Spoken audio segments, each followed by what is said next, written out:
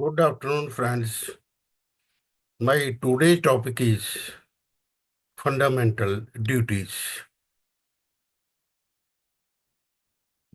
Fundamental duties in India under Article 51A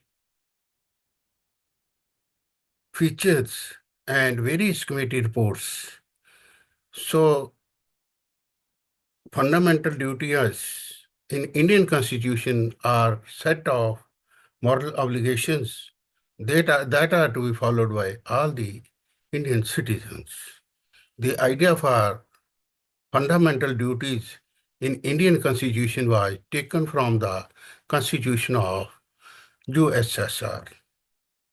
Originally, the Constitution framers did not include fundamental duties in the Constitution since the necessity of fundamental duties were felt during internal emergency period of 1975 to 1977. Honorable Sardar Swan Singh and his committee recommended that fundamental duties should be added to the Constitution of India as a separate chapter. So, based on this recommendation, Part 4A, which dealt with fundamental duties, was added to the Constitution by 42nd Constitution Amendment Act in 1976. Initially, 10 fundamental duties were added under the Article 51A. Later in 2002, the 86th Constitutional Amendment Act, the one more duty was added to this list. So, in total, there are 11 fundamental duties in the Indian Constitution today. I had taken this topic in this video, as you are all aware that this question is always in the UPSC examination in one way or other way. So it is also very important for those who are going to appear in UPSC examination. Now coming to the 11 fundamental duties. First one is A51, capital A, subclass A, that is to abide by the Constitution and respect its ideals and institutions, the national flag and national anthem. Second one is to cherish and follow the noble ideals which inspired our Indian freedom struggle, to uphold and protect the sovereignty, unity, and integrity of India, to defend the country and render national services when called upon to do so, to promote harmony and the spirit of common brotherhood amongst all the peoples of India, transcending religious, linguistic, and regional or secular diversities, to renounce practices derogatory to the dignity of the woman. Next one is to value and preserve the rich heritage of our composite culture. Then to value, protect, and improve the natural environment, including forests, lakes, rivers, and wildlife, and to have compassion for living creatures. Then to develop the scientific temper, humanism, and spirit of inquiry and reform. Then is to safeguard public property and to adjure violence, to strive towards excellence in all spheres of individual and collective activity so that the nation constantly rises to higher levels of endeavor and achievement. Duty of the parent or guardian to provide opportunities for education to his child, as the case may be, between the age of 6 and 14 years. This was added during 86 Amendment Act 2002.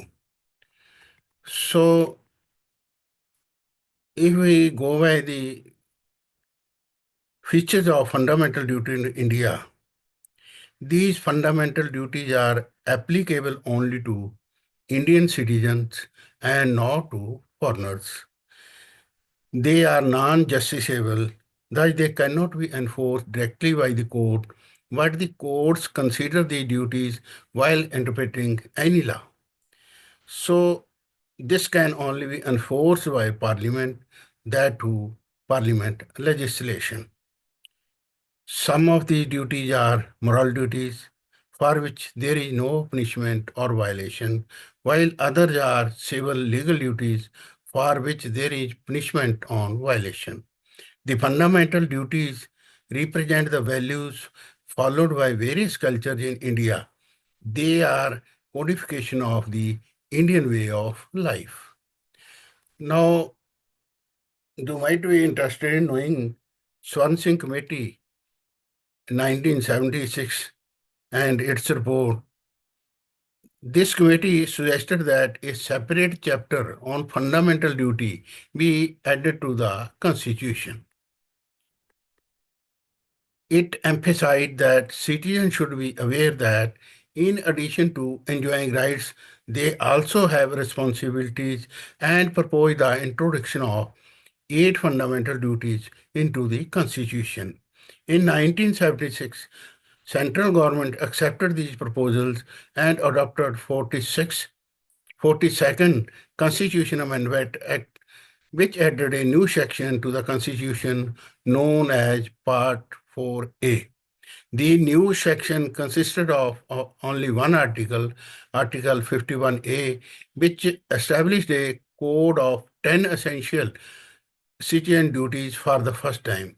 Some of the committee's recommendations were not accepted and that they were not incorporated into the Constitution, such as the Parliament may provide for the imposition of such penalties or punishments as may be deemed appropriate for any non-compliance with or refusal to observe any of the duties. No law imposing such a penalty or punishment may be challenged in court on the basis of violation of one or more fundamental rights or violation of any other provisions of the Constitution. The obligation of citizens to pay taxes should also be considered a fundamental duty. So these were the recommendations. Some of them were accepted by the central government and put into operation through amendments, and some were ignored. Then these fundamental duties were reviewed by a Burma committee. In 1998, Justice Burma Committee was formed to devise a strategy and develop a methodology for implementing a national program to teach fundamental duties, make it enforceable in every educational institution, and initiate in service training. It was suggested that Article 51A of the Constitution be amended to add the responsibility to vote in elections, actively engage in the democratic process of governance, and pay taxes. It also outlined legal provisions for carrying out several of the fundamental duties, including disrespect for Indian Constitution, the national flag, the national anthem is prohibited under the Prevention of Insult to National Honors Act 1971. Offenses relating to caste and religion are punishable under the Protection of Civil Rights Act. The Unlawful Activity Prevention Act of 1967 allows a communal organization to be declared an unlawful association. Now coming to the importance of fundamental duties in India, Part 4A. The significance of fundamental duties are as follows. They warn the citizens of India against anti-social and anti-national activities. They remind citizens to follow certain fundamental duties while enjoying the fundamental rights conferred to them by the Constitution. They promote a sense of discipline and commitment among the citizens and also help them to realize the importance of participation in realization of national goals. They are used by the courts to verify the constitutional validity of a law. So, friends, there is also criticism against fundamental duties in India. The fundamental duties in Indian constitution do not include important duties such as casting votes, paying taxes. These duties cannot be questioned in the court of law for enforcement as they are non-justifiable in nature. This questions the purpose of their existence in the Indian constitution. Some of the duties are not in layman terms and difficult to understand. Different interpretations are made for those terms. For example, composite culture, scientific temper. So these terms are little bit not uh, understandable by the general public. Some critics claim that these are basic duties which will be followed by the people, even if they are not mentioned in the Constitution. Critics also argue in their place in the Constitution. In their opinion, it should be placed after the Part 3, Fundamental Rights, instead of Part 4, Directive Principles of State Policy, in order to keep them at par with the fundamental duties. So, friends, this was all about duties. I hope you might have realized that we should follow their duties. So, God bless you all. See you again. Thank you for watching.